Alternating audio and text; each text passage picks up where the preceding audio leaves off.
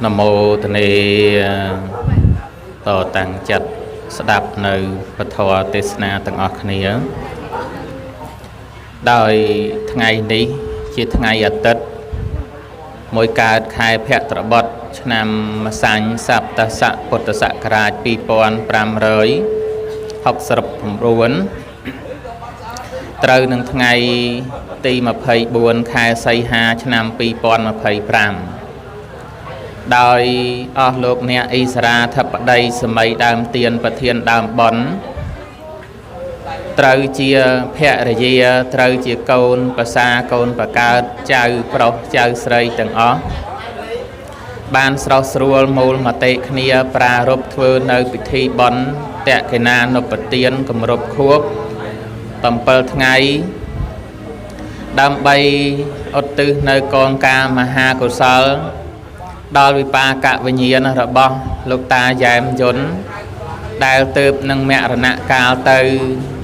thay và mùi ngày và bờ ngày tầng bậc ní hai nông cách này cam mẹ vị thi bon tăng âm pi mà sao mánh miền ca sốt môn chùm raan praparat hồi về lia bậc nắng có miền ca namasaka sama tiên sal bậc kiên dị cu đal pasang hồi mình toàn chặt mình toàn chang tế có ban aratania nơi thầm mà thất mới bảng đam bay nâng sầm đai nơi thom mà tê sana hồi phía rẹ này ca tê sana nấu có ban mà đal ăn nhom cana thma chân tê đam bay chỉ cách tọp song chlong nơi sự thia bao nhiệt nhôm Phật thọ bồ đề sát đại chi Isra thập đây sớm đam tiền và thiên đam bon nấu ăn nhom cana thma có prom từ tua nơi phía rẹ chỉ nhẹ trâu lược chợt nơi Phật thọ mực sầm đai con tai môn nâng sầm đai nơi Phật thọ nấu có xôm thưa là ca khăn tay ở hay ở tu tục chỉ muốn cài lô ca sầm đai từ hai mình trời tam tật chặt tật bát tây rồi bao nhiệt nhôm Phật thọ bồ đề sát nấu cứ tha nâng sầm đai từ tam từ ca che chăm phần nóc ai xôm chìm ràn po chặt ta rào thom mía thoa cứ Phật thọ mang col po từng lai buôn bậc ca cứ a dụ mùi cái xôm áo miền nơi ở dụ dân dụ ở ca chi ẩn vai này năm pí văn nạ cái xôm áo miền nơi po sầm bol cai srot át phô rập phong cua chỉ ti bích per mờ mờ này buộc mà ha chuân phong thằng lái bay sọc hạ cái xôm áo miền nơi xịt đây sọc cai sờ bài chặt ắt miền tục ruồi buôn phải lẹ cái xôm áo miền nơi cầm lăng có lẽ mòm muôn cầm lăng sự tệ praj nha sma đây cầm lăng sự thi một mòm được nông Phật Sasana Phật tham mang col po từng lại buôn và ca ni vật thân tội cho chấm rong chấm raan đal ở lục nè Isra thập ở đây sớm đam tiền và thiên đam bon từng ở nâng nhiệt nhôm Phật thập bồ đề sát đại cầm pong tai trăng trap đạp nơi Phật thom mà tê sana cục nia tạ tân an tarang tham mà tê sanang Arab hisa mi ti tây ampi bát namasaka sang khai mực miền paman pané pevelia bắn to từ tiệt nâu ăn nhom cana thma nâng xôm lược dọc nơi Phật thọ mực sầm đài ai thọ đài nâng trời lược dọc mực sầm đài nhật nông velia ní cứ nâng lược dọc ampi Phật thia sat môi cẩn lái đại lục ban sầm đai tục mờ thá sật thia pon thẻ tế pa thầy giảng bên đây xịt đây chia phía xa mai dương thá sật thia rồi men chọn tục nơi biên cư cổ sal ampi bịa tha sật thia nơi nông này ní sật thia đại prasama samput trong tra sơ sa nấu ban đal sự thia nhiên là sam và dột cứ chia sự thia đạiประกอบ đôi praj nha chlat viêng vây squal nơi hai đại cua nâng hai đại mình cua nơi nông sự thia đại chưa ประกอบ đôi praj nha ní lục chạy chân chỉ buồn cứ cam mẹ sự thia muối vị pa cả sự thia muối cam ma sạ cà ta sật thia muối ហើយនឹងតថាគតពោធិសទ្ធាមួយសទ្ធាទី1ហៅថាកម្មសទ្ធាកម្មសទ្ធាហ្នឹងលោកចែកចេញជា2បទគឺកម្មនោះមួយបទហើយនឹងសទ្ធាមួយបទបទទី1កម្មហ្នឹងប្រែថាអំពើឬការងារដែលសត្វគប្បីធ្វើរួចដល់ពេលបទទី2សទ្ធាមានន័យថាការជឿឬជំនឿដល់យើងបោកបទទាំងពីរនឹងបញ្ចូលគ្នាទៅត្រូវជាកម្មសទ្ធាមានន័យថាការជឿនៅលើអំពើឬក៏ការងារដែលសត្វគប្បីធ្វើការងារក្តីអំពើក្តីដែលសត្វគប្បីធ្វើនោះដែលយើងហៅថាកម្មហ្នឹងលោកចែកចេញជា2គឺកុសលកម្មមួយអកុសលកម្មមួយត្រង់ពាក្យថាកុសលកម្មមានន័យថាអំពើល្អហើយអំពើល្អហ្នឹងក៏មានច្រើនបែបច្រើនយ៉ាងមានការមិនសម្លាប់មិនកាន់យកនៅទ្រព្យរបស់ដែលគេមិនបានឲ្យដោយកាយដោយវាចាការមិនភូតកុហកការមិននិយាយញុះញង់សើបសៀតបំបែកបំបាក់អ្នកដទៃការមិននិយាយពាក្យគំរោះគំរើយគំរាមកំហែងហើយនឹងការធ្វើនៅទានការរក្សាសិលការចម្រើននៅភាវនាជាដើមទាំងអស់នេះលោកហៅថាកុសលកម្មជាកុសលហើយកម្មជាកុសលតែងតែនាំអ្នកដែលប្រព្រឹត្តធ្វើនៅអំពើកុសលនោះឲ្យបានជួបប្រទះនៅសេចក្តីសុខសេចក្តីចម្រុងចម្រើនកើតនៅភពកទ្រព្យសម្បត្តិជាដើមរួចកម្មទី2នោះគឺអកុសលកម្មមានន័យថាអំពើអាក្រក់ហើយអំពើអាក្រក់ហ្នឹងក៏មានច្រើនបែបច្រើនប្រការទៅដែរមានការកាប់សម្លាប់លួចឆក់ប្លន់កេងប្រវាញ់ភូតភរកុហកការប្រព្រឹត្តនៅទុច្ចរិតដោយកាយវទុច្ចរិតក្តីវិច័យទុច្ចរិតក្តីមโนទុច្ចរិតក្តីនិងការប្រព្រឹត្តនៅអបាយមុខជាដើមហៅថាអំពើអាក្រក់រួចអំពើអាក្រក់បើសិនជាបុគ្គលណានិមួយបានប្រព្រឹត្តធ្វើហើយជារឿយនោះតែងតែនាំនៅបុគ្គលនោះឯងឲ្យដល់នៅសេចក្តីទុក្ខលំបាកសេចក្តីវិនាសប្រត់ប្រាស់សេចក្តីអន្តរាយជាដើមបើហើយសទ្ធាទី2គឺវិបាកសទ្ធាហ្នឹងមានន័យថាការជឿនៅផលនៃកម្មថាតើយើងជឿនៅផលនៃកម្មយ៉ាងដូចម្ដេចទៅផលនៃកម្មដែលយើងបានធ្វើគឺផលនៃកុសលកម្មមួយផលនៃអកុសលកម្មមួយនៅក្នុងន័យនេះគឺលោកបានសម្ដែងបញ្ជាក់ថាពពួកសត្វទាំងឡាយណាដែលកំពុងតែដល់នៅសេចក្តីសុខសេចក្តីចម្រុងចម្រើនកើតនៅភពកទ្រព្យជីវិតរស់នៅប្រកបដោយសេចក្តីសុខការធ្វើចំនួនជួញប្រែធ្វើស្រែចម្ការលក់ចេញទិញចូលជាដើមចេះតែប្រកបចេះតែបាននៅផលកម្រៃនោះច្រើនលើសលប់ម្យ៉ាងទៀតពពួកសត្វទាំងឡាយដែលកំពុងតែសោយនៅសេចក្តីសុខក្នុងឋានសួគ៌ទេវលោកក្តីសោយនៅសេចក្តីសុខសម្បត្តិនៅក្នុងមនុស្សលោកយើងក្តីជាអ្នកបរិបូរដោយផ្ទះដីធ្លីមាសប្រាក់លុយកាក់សម្រាប់ចាយវាយគ្រឿងប្រើប្រាស់យានជំនិះនោះក៏មានបរិបូរប្រើប្រាស់គ្រប់គ្រាន់ទាំងអស់នេះគឺជាផលនៃកុសលម្យ៉ាងទៀតបុគ្គលដែលបាននៅសេចក្តីសុខសេចក្តី ចម្រុងចម្រើនបានជួបនៅពុទ្ធពរទាំងឡាយគឺអាយុវណ្ណៈសុខៈពលៈបដិភានៈជាដើមក៏ជាផលនៃអំពើល្អដូចគ្នាចំណែកឯ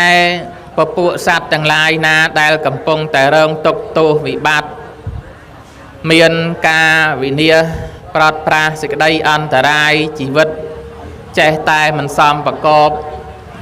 រកស៊ីលក់ចេញទិញចូលធ្វើស្រែចម្ការច្បារដំណាំជាដើមចេះតែខូចចេះតែខាតទាំងអស់នេះគឺលោកសម្ដែងថាជាផលនៃអកុសលបានផ្ដល់ផលឲ្យអញ្ចឹងការជឿទៅលើផលហ្នឹងជឿថាកុសលតែងតែនាំឲ្យបាននៅសេចក្តីសុខអកុសលតែងតែនាំឲ្យដល់នៅសេចក្តីទុក្ខហើយសេចក្តីទុក្ខរបស់បុគ្គលអ្នកដែលប្រព្រឹត្តធ្វើនៅអំពើជាអកុសលដែលយើងហៅថាអំពើអាក្រក់នោះមិនត្រឹមតែមាននៅសេចក្តីទុក្ខលំបាកក្នុងមនុស្សលោកយើងទេថាសូម្បីតែដល់ពេលអស់អាយុជីវិតទៅក៏ត្រូវទៅសោយទុក្ខទោសនៅក្នុងអបាយភូមិមាននរកប្រែតអសុរកាយជាដើមទាំងនេះគឺជា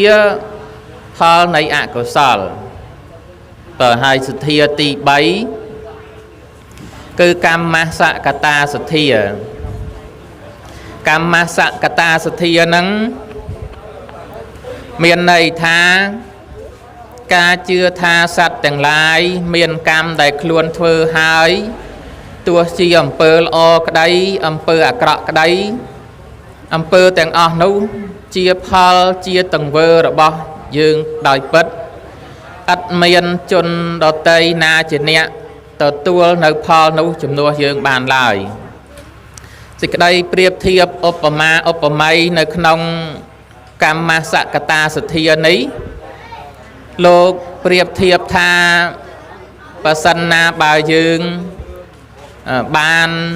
យកដៃទៅលូកកាន់ភ្លើងឬក៏យកដៃទៅលូកក្នុងទឹកក្តៅដែលកំពុងតែពុះជាដើមថាយើងដែលជាអ្នកលូកនោះតែងតែដល់នៅសេចក្តីក្តៅឈឺចុកចាប់ដោយខ្លួនឯងដោយមានការរលាកនៅសាច់ដាច់នៅស្បែកពោពងឡើងនៅទឹកខ្ទុះជាដើមទាំងអស់នេះគឺយើងជាអ្នកធ្វើដោយខ្លួនយើងក៏ជាអ្នកទទួលនៅផលនោះដោយខ្លួនយើងដែរអត់មានជនដតីទី2ទី3ណាមកទទួលនៅផលនោះជំនួសយើងបានទេហើយសេចក្តីប្រៀបធៀបមួយទៀតលោកសម្ដែងថាប្រៀបបីដូចជាយើងមានខ្លួនប្រឡាក់ដោយភក់ដោយទូលីដីមាននៅក្លិនមិនល្អជាដើមហើយយើងបានទៅងូតទឹកសម្អាតដោះលាងដោយទឹកស្អាតនិងសាប៊ូក្អូបជាដើមថាយើងក៏ជាអ្នកដែលបានជ្រះស្រឡះបានអស់នៅមន្ទិលហើយក៏មាននៅក្លិនក្អូបនោះដោយខ្លួនយើងដោយពិតប្រាកដមិនមានអ្នកណាជាអ្នកទទួលជំនួសយើងបានទេហើយសេចក្តីប្រៀបធៀបទី3នោះគឺលោកបានបញ្ជាក់ថាឧបមាថាបុរសក្តីស្ត្រីក្តីអ្នកមាននៅសេចក្តីស្រេកឃ្លានស្រេកទឹកឃ្លានបាយហេវហត់អស់កម្លាំងជាដើមរួចពេលណាដែលយើងបានបរិភោគនៅទឹកផងបរិភោគនៅបាយសម្លនំចំណីត្រីសាច់បង្អែមចង្អាបជាដើមផងនោះយើងក៏បានបាត់នៅសេចក្តីស្រេកឃ្លាននោះបានដល់នៅភាពឆ្អែតស្កប់ស្កល់ដោយខ្លួនយើងហើយយ៉ាងណាមិញអំពើដែលយើងធ្វើហើយទោះបីជាកុសលក្តីអកុសលក្តីនោះគឺយើងជាអ្នកទទួលសោយនៅផលនោះដោយខ្លួនឯងដោយពិតប្រាកដហើយអំពើដែលយើងធ្វើជាអំពើកុសលតែងតែនាំយើងឲ្យបានដល់នៅសេចក្តីសុខសេចក្តីចម្រុងចម្រើនកើតនៅភោគទ្រព្យ យើងជាអ្នកធ្វើនៅសេចក្តីសុខណាសេចក្តីសុខនោះតែងតែមកដល់យើងដោយខ្លួនឯងអត់មានអ្នកទទួលសោយផលជំនួសយើងបានទេរីឯខាងអកុសលក៏ដូចគ្នាបើសិនណាជាបុគ្គលណានិមួយជាអ្នកប្រព្រឹត្តនៅអំពើអកុសលមានការកាប់សម្លាប់លួចឆក់ប្លន់ជាដើមថាផលនៃអំពើមានការកាប់សម្លាប់ជាដើមនោះនឹងត្រូវធ្លាក់មកលើយើងដោយខ្លួនឯងយ៉ាងពិតប្រាកដដើម្បីបញ្ជាក់នៅសេចក្តីនេះអាត្មាសូមលើកយកនៅអតីតនិទានមួយកន្លែងដែលលោកសម្ដែងមកតាក់ទងនឹងរឿងគោឃាតកៈគោឃាតកៈនឹងមានន័យថាបុរសអ្នកសម្លាប់គោគោឃាតកៈនឹងគឺឃាតករសម្លាប់គោនៅក្នុងអតីតនិទាននោះលោកសម្ដែងថាការអំពីព្រេងនាយមានបុរសម្នាក់ជាអ្នកប្រកបនៅមុខរបរសម្រាប់គោដើម្បីយកសាច់ទៅលក់ដូរចិញ្ចឹមជីវិតរួចការសម្រាប់គោដើម្បីយកសាច់ទៅលក់ដូរចិញ្ចឹមជីវិតនេះ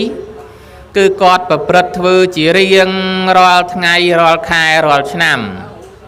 រួចសាច់ដែលគាត់សម្លាប់ហើយយកទៅលក់នោះមួយចំណែកហើយទុកបរិភោគមួយចំណែកទម្លាប់របស់គោឃាតកៈនោះបើសិនណាជាថ្ងៃណាមួយគាត់មិនបានបរិភោគនៅសាច់គោជាម្ហូបអាហារទេថាគាត់អត់ទទួលទានបាយនោះទេ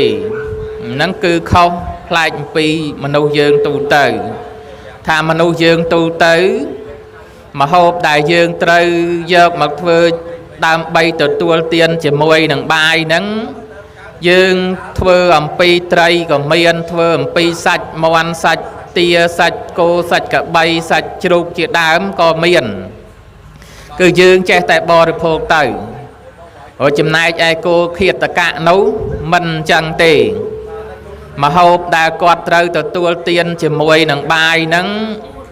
បើអត់មានសាច់គោគាត់អត់បរិភោគទេរួចដល់ពេលការកាប់សម្លាប់លក់ដូររបស់គាត់នឹងលក់ជារៀងរាល់ថ្ងៃក៏មានថ្ងៃមួយហ្នឹងគាត់លក់ទៅដាច់អស់អញ្ចឹងទៅអត់មាននៅសេសសល់បន្តិចបន្តួចក្រាន់ធ្វើជាម្ហូបអាហាររួចដល់ពេលអញ្ចឹង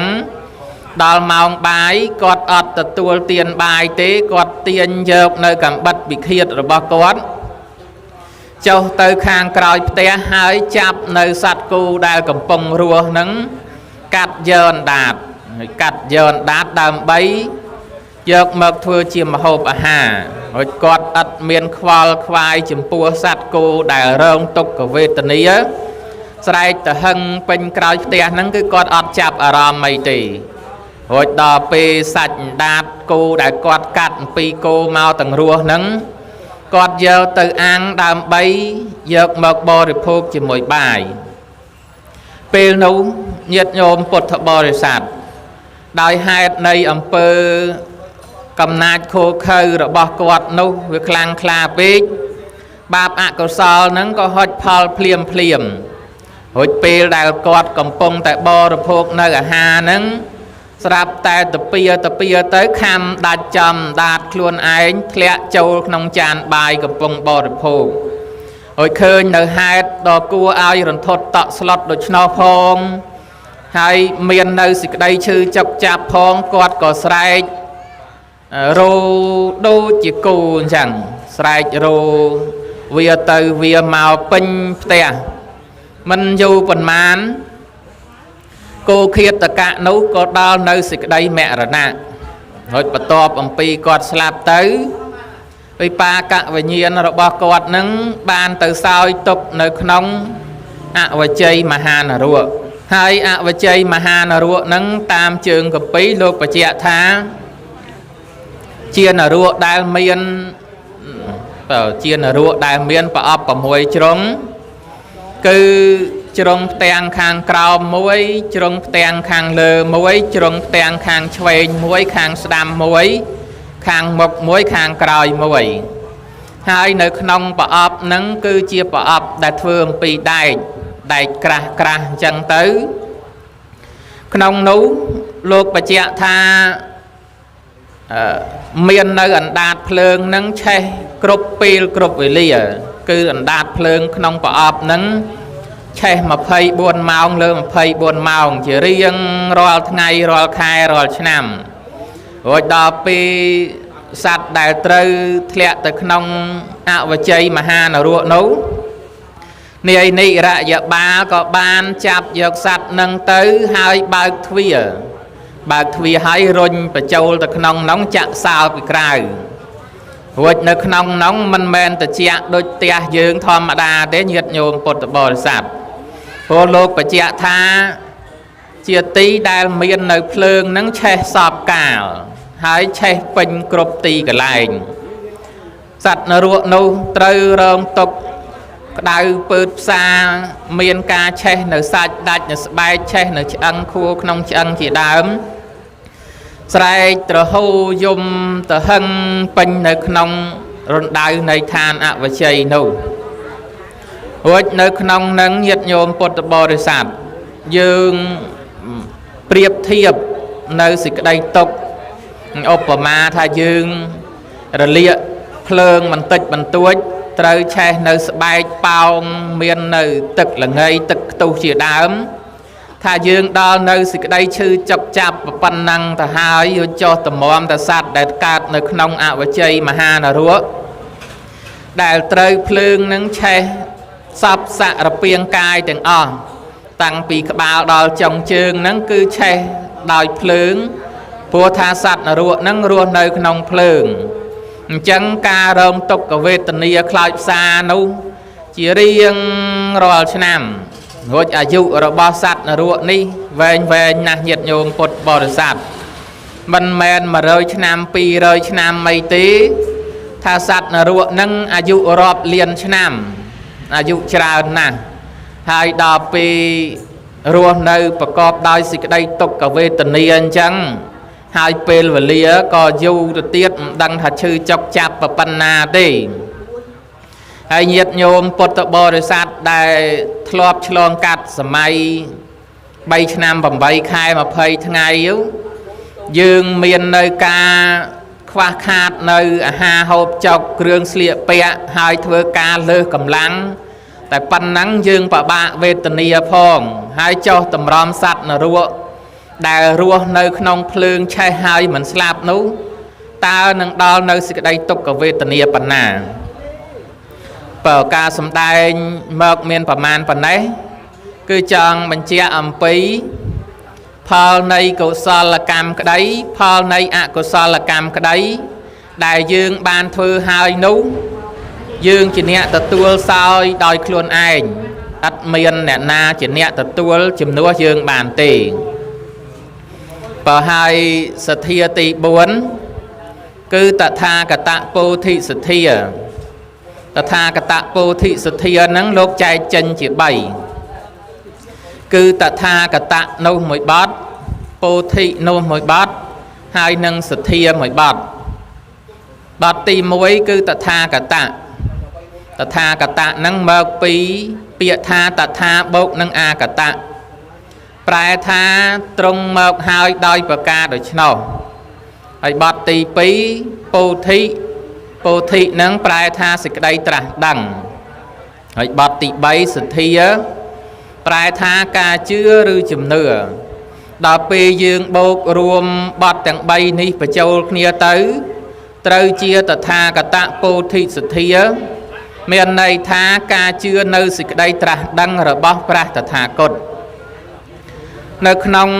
សទ្ធាជឿលើសេចក្តីត្រាស់ដឹងរបស់ព្រះតថាគតនេះលោកបែងចែកចេញជា2គឺកាលិកសទ្ធា1អកាលិកសទ្ធា1សទ្ធាទី1កាលិកសទ្ធាមានន័យថាការជឿទៅលើពនាមទាំង10របស់ព្រះសម្មាសម្ពុទ្ធហើយចុះពនាមទាំង10ហ្នឹងមានអីខ្លះទៅញាតិញោមពុទ្ធបរិស័ទហើយញោមណាដឹងខ្លះពនាមទាំង10ហ្នឹងមានអីខ្លះទៅ ធម៌ហ្នឹងគឺយើងសូត្រជារៀងរាល់ថ្ងៃញោមយើងសូត្រអតិបេសោភគវីអរហង្គនឹងរហូតដល់ភគវីតេនោះអញ្ចឹងដូចជាបទថាទ្រង់ប្រនាមថាអរហង្គព្រោះព្រះអង្គឆ្ងាយចាកសឹកសត្រូវពោលគឺកិលេសព្រមទាំងវាសនាគឺកាយប្រយោគនិងវចីប្រយោគជាដើមអញ្ចឹងគឺប្រនាមទី1អរហង្គអញ្ចឹងសម្មាសម្ពុទ្ធោហែហៅទៅរហូតដល់ភគវីតេនឹងគ្រប់10នឹងហៅថាប្រនាមទាំង10របស់ព្រះសម្មាសម្ពុទ្ធហើយចុះប្រនាមទាំង10នឹងបានមកអំពីណាទៅនឹងមានសំណួរគេសួរថាប្រនាមទាំង10នេះបានមកអំពីមេត្តាបៃតារាជវង្សានុវង្សប្រកេនប្រទានថ្វាយដល់ព្រះអង្គឬក៏យ៉ាងណាចម្លើយនោះគឺឆ្លើយថាអត់ទេប្រនាមទាំង10ហ្នឹងมันមានមេត្តាបៃតាណាមកថ្វាយប្រកេនព្រះអង្គអត់មានទេហើយគេសួរទៀតថាចុះបើសិនជាមេត្តាបៃតាមិនបានប្រទានឲ្យព្រះអង្គទេគេថាពពួកទេវតាប្អិនប្រព្រំយមរាជយមកោសីប្រទានដល់ព្រះអង្គឬក៏យ៉ាងណាត្រង់ហ្នឹងក៏ឆ្លើយថាអត់ទេដែរហើយគេសួរទៀតថាចុះបើសិនជាមិនមានទេវតាប្អិនប្រព្រំប្រទានឲ្យព្រះអង្គទេថាពនាមទាំង10ហ្នឹងព្រះអង្គបានមកអំពីការស៊ីសំណោកសោកប៉ាន់លក់ចេញទិញចូលឬក៏យ៉ាងណាចម្លើយនោះគឺអត់ដូចគ្នាហើយចុះពនាមហ្នឹងបានមកពីណាទៅញោមពនាមទាំង10របស់ព្រះអង្គដែលយើងសូត្រថ្វាយគុំរាល់ដងហ្នឹងបានមកពីណាទៅពនាមទាំង10នេះគឺបានកើតឡើងព្រមគ្នាក្នុងវេលាដែលព្រះអង្គបានត្រាស់ដឹងនៅសัพញ្ញុត្តញ្ញាណនៅលើរតនបល្ល័ង្កក្រមលុបពោធិព្រឹកដ៏ប្រសើរនឹងធម៌ហ្នឹងក៏ញាតិញោមថ្វាយគុំជារឿយដែរនៅក្នុងយោសន្និសណោញោមណាបើនៅក្នុងយោសន្និសណោហ្នឹងគឺព្រះអង្គលោកចម្រើននៅអាណាបាណសតិកម្មដ្ឋានលើរតនបល្ល័ង្កក្រមលុបពោធិព្រឹកដ៏ប្រសើរអញ្ចឹងនៅក្នុងវេលាកាលសម័យនោះថ្ងៃដែលព្រះអង្គត្រាស់ដឹងនឹងចេះញោមថាព្រះអង្គចម្រើនអាណាបាណសតិនឹងមកយប់តលភ្លឺតាំងពីក្បាលប្រលប់នឹងរហូតទៅដល់ភ្លឺរួចនៅក្នុងមួយយប់ពេញហ្នឹងលោកចែកចេញជា3យាមគឺបឋមយាម1បច្ឆិមយាម1ហើយនឹងមជ្ឈិមយាម1យាមទី1គឺបឋមយាមលោកបានចម្រើនអាណាបាណសតិនឹងរហូតបានសម្រេចនៅវិជ្ជាមួយហៅថាបុព្ពេនិវាសានុសតិវិជ្ជាវិជ្ជានឹងមានន័យថាព្រះអង្គអាចនឹករលឹកនៅខណ្ឌធាតុអាយតនៈរបស់មនុស្សសត្វទាំងឡាយដែលធ្លាប់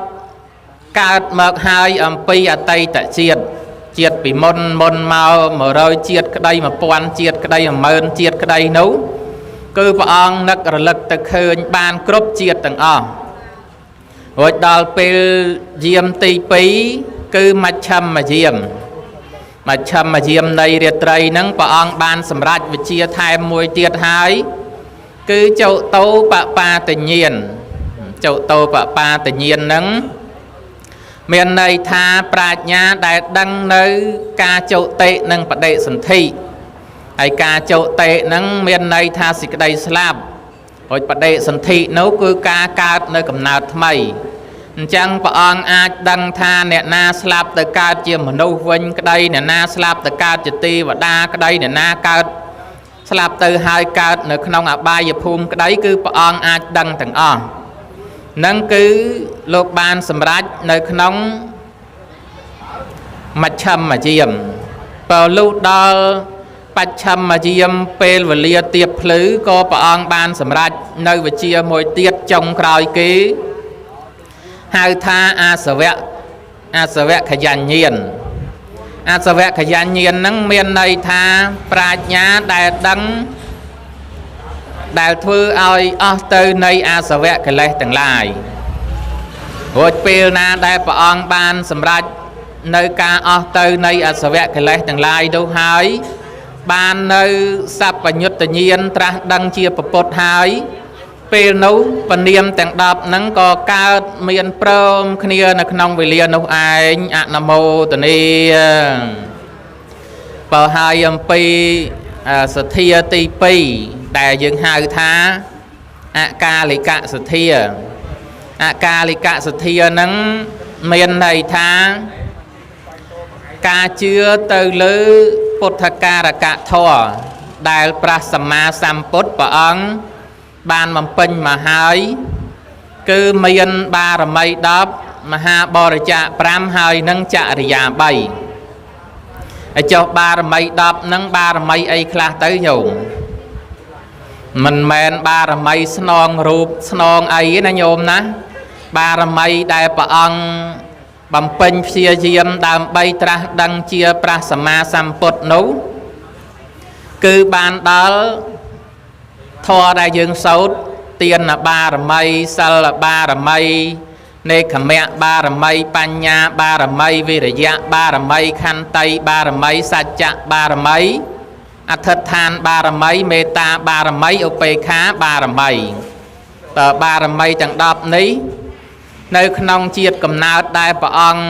តាំងសេចក្តីប្រាថ្នាដំបូងកើតជាសមេធៈហ្នឹងញាតិញោមអាសាលឺហើយសមេធៈតបោះពេលនោះ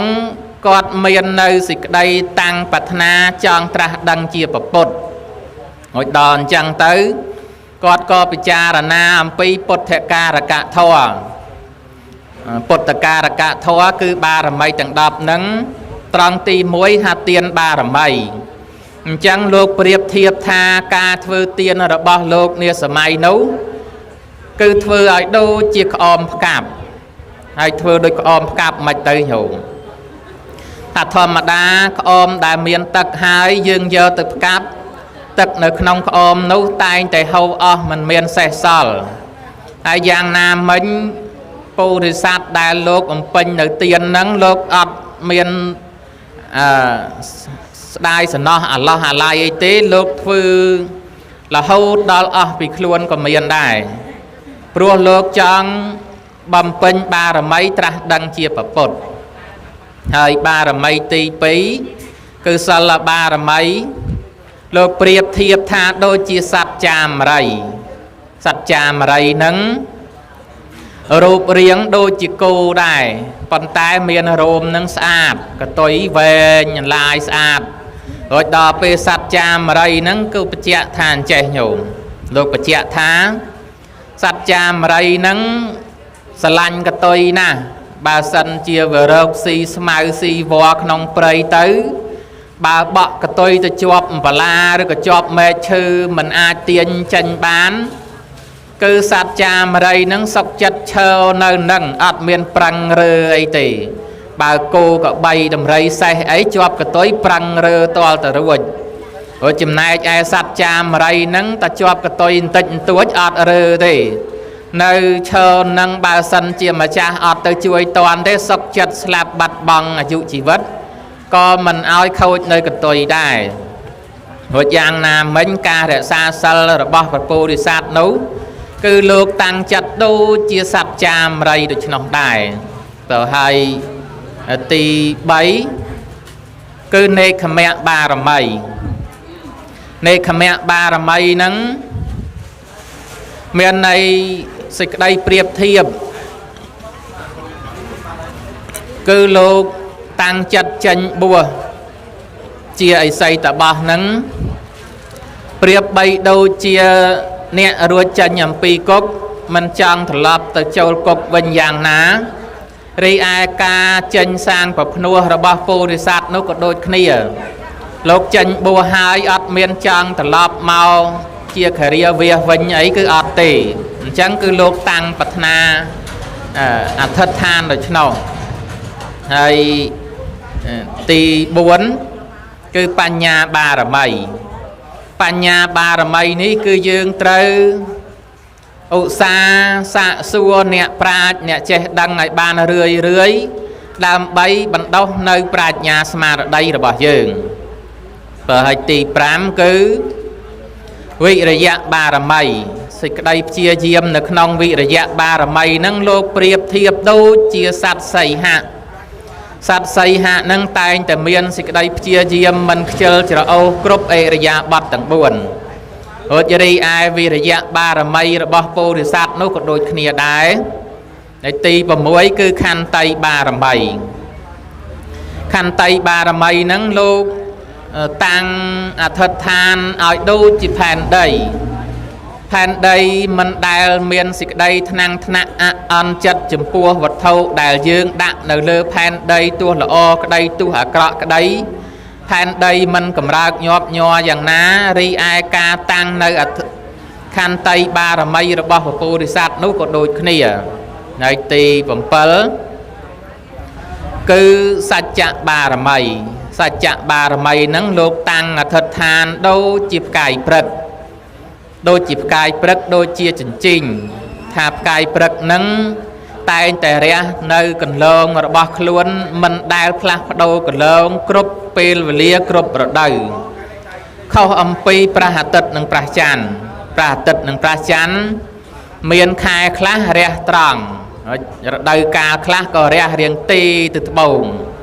ហើយចំណែកឯផ្កាយព្រឹកហ្នឹងមិនអញ្ចឹងទេថាខែប្រាំងក៏រះចំខែវស្សាក៏រះចំរួចអំពីសច្ចៈបារមីសេចក្តីទៀងត្រង់របស់លោកហ្នឹងលោកអធិដ្ឋានឲ្យដូចជាផ្កាយព្រឹកដូច្នោះដែរតើហើយទី8គឺអធិដ្ឋានបារមីអធិដ្ឋានបារមីហ្នឹងលោកតាំងសេចក្តីអធិដ្ឋាននៅឲ្យដូចជាភ្នំថ្មតាន់ភ្នំថ្មតាន់មិនកម្រើកញាប់ញ័រដោយអាកាសធាតុខ្យល់ភ្លៀងព្យុះកើអីយ៉ាងណារីឯការតាំងអធិដ្ឋានរបស់ព្រះអង្គហ្នឹងក៏ដូចជាភ្នំថ្មតាន់ដូច្នោះដែរហើយទី9គឺមេត្តាបារមីមេត្តាបារមីនោះលោកប្រៀបធៀបបីដូចជាទឹកដែលយើងប្រើប្រាស់នឹងថាទឹកអាចឲ្យសពសត្វមនុស្សទូទៅនឹងប្រើប្រាស់ងូតក្តីបរិភោគក្តីយកមកដាំស្លយកមកស្រោចដំណាំបោកសម្លៀកបំពាក់អីបានតាមចិត្តយ៉ាងណាមិនប្រកាន់អ្នកមានអ្នកក្រស្ដេចមន្ត្រីកហបតីអីទេគឺប្រើបានទូទៅទាំងអស់គ្នាទឹកនឹងអត់ប្រកែប្រកាន់ទេហើយមេត្តាបារមីរបស់ព្រះអង្គនោះក៏លោកតាំងឲ្យដូចជាទឹកដូច្នោះដែរបើហើយបារមីទី10គឺឧបេក្ខាបារមីឧបេក្ខាបារមីហ្នឹងគឺលោកតាំងចិត្តជាកណ្ដាលស្មើប្រងើយកន្តើយថាដូចជាផែនដីទោះបីជាញោមកាប់ញោមចោះញោមជីកញោមធ្វើយ៉ាងណាក៏ផែនដីនោះមិនដែលកម្រើកញាប់ញ័រមិនដែលខឹងតបនឹងញោមយ៉ាងណារីឯមេត្តាឧបេក្ខាបារមីរបស់ព្រះពុទ្ធព្រះពោធិសត្វនោះក៏ដូចគ្នាដូច្នោះដែរបើការសម្ដែងមកមានប្រមាណប៉ុណ្ណេះគឺចង់បញ្ជាក់អំពីសទ្ធានៅក្នុងតថាគតពោធិសទ្ធាបើហើយចុងក្រោយបញ្ចប់នោះក៏សូមលើកយកអំពីតក្ខិណានុបទានមកសម្ដែងបន្តិចត្រង់ពាក្យថាតក្ខិណានុបទាននឹងបើយើងប្រែឲ្យស្រួលស្ដាប់ទៅប្រែថាការធ្វើបុណ្យឧទ្ទិសឲ្យអ្នកស្លាប់តើធ្វើបុណ្យឧទ្ទិសកងការមហាកុសលនឹងដល់អ្នកស្លាប់រួចបុណ្យដែលយើងធ្វើទៅហើយអាចនឹងសម្រេចដូចក្តីអំណងពងប្រាថ្នាយើងបានត្រូវតែប្រកបទៅដោយអង្គ3គឺតក្ខិណីយសម្បទា1ទាយកានੰអទិសេនៈ1បេតានੰអត្តណោអនុមោទនេនៈ1ទី1តក្ខិណីយសម្បទាគឺដល់ព្រមដោយតក្ខិណីយបុគ្គលមានន័យថាអ្នកដែលយើងគប្បីធ្វើទានជាមួយហើយដូចញាតិញោមអញ្ចឹងតក្ខិណីយបុគ្គលមានហើយគឺប្រសង់បាននិមន្តប្រសង់មកឆាន់យគូមកទទួលផាត់តាហាយជាដើមនោះគឺយើងបានអង្គទី1រួចអង្គទី2ទាយកានੰអទិសេនៈ miền này tha nhiệt nhôm chia mà cha tiền nắng trâu mà có tư nơi tiền nấu đòi khuôn ảnh chẳng tí bê na đại lục ở cha và câu và ca rốc mà cha đam tiền Isra thập ở đây sẽ mấy đam tiền và thiên đam bón nhiệt nhôm trâu rút ra mà ở bàn lươn mình tích đam bấy lục ở cha có đặc nòm sâu ở tư nơi của sao phò bón chun đó và ca đây chôn là bỏ dừng chẳng ní chỉ ăn tỷ phí hai ăn tỷ bấy cứ bê ta năng át tà nào át nà mô tà nè nè miền này than nè đã chạy than từ hai từ tì na cả lại ná cứ lục mọc trạch o át nà mô tà nè nơi chùm này phò bòn nú đòi khuôn ảnh ở tẹ cả na nộp bà tiên đài bà cọp đòi ăn bay được chân này hai nâng bàn sầm rạch phò đôi xịt đây bầm non bà thana bảo hai thọ tê sna đôi chỉ riêng về ngay tịch hai có sân là mặt thật chấp còn tai môn nâng mà chấp nơi thọ mà tê sna có xôm lược dược nơi con ca mà ha có sao đai nhiệt nhôm ban và pin chỉ thọ mà tiên cái đây à mi sự tiên cái đấy ở tư từ đó với ba cạ với nhiên là bao lục ta giam chôn nâng bọc ca đây chôn tiền lai đại lục ban bay cai đầm lê khan được can bạ rồi lục hai lục từ đó tì na cả lai ná có số mơ trách o nà mô tà nia nơi chùm này có sao phò bòn nấu hay ban cục cục khía mà giang tiết có lược dược nơi con ca mà ha có sao ní chun đo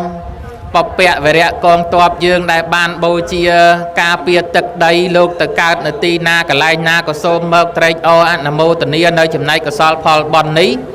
ai ban cục cục khía mà giang tiết có số lược dược nơi chùm này có sao phò bòn chun đo nhiệt nhôm bột thọ bò để sát tầng lai đại cầm pong tại trăng trap đạp nơi bờ thoa tê sna ở trong về liền này nhiệt nhôm miền sực đây non pong bờ naอย่างná có số mai ban sầm ra đôi đây non từ hong nam mô tây ni giang sang cà phê nè samata thom tê sna có sanh nam mặt chập này anh vang